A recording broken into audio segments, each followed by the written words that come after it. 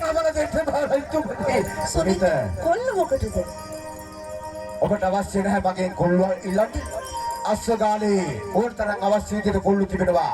ඔබ මේ රාජ්‍ය සේවයේ රාජ්‍යකරණ සේවකයෙක් හැටියට ඔබ මගෙන් අවශ්‍ය ලබා ගත යුතු නැහැ. කොල්ලුටක් ලබා ගන්න. රාජ්‍යත්වයට අවශ්‍ය. ඔබ වහන්සේගේ අවසරයක් නැතුව රාජ්‍ය තුල කිසිම දෙයක් මට ලබා ගන්න නැහැ නිසා. අනේ පුතේ අම්මයි නිසා මගේ රත්තරන් අම්මයි. මට හරි අමාරුයි පුතේ. මගේ රත්තරන් අම්මා කොහොම හරි බේර ගන්න මගේ රත්තරන්. අනේ පුතේ. සුනිත ස්වාමීනි මගේ රාජධානිය තුල කොල්ල මිටක් ඉල්ලන තරම් නුඹගේ අම්මට වැරද්දක් රෝගී කිවෙක්ද? ඒක තමයි. රාජිත බෑගහත්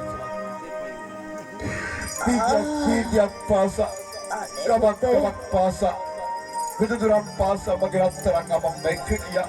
ඔව්. මගේ රත්තරන් අම්මව සුව කරගන්න බැහැ කියලා විදුදුරම් ප්‍රකාශ කරද්දී මොනවා?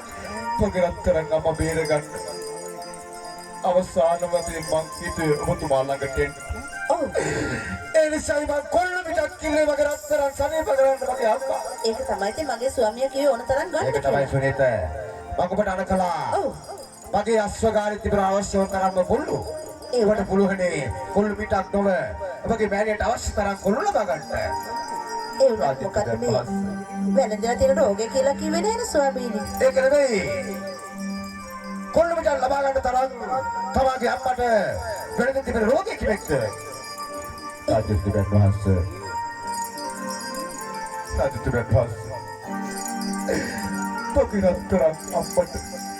ඔව්. පොකිරත්තරක් අපට.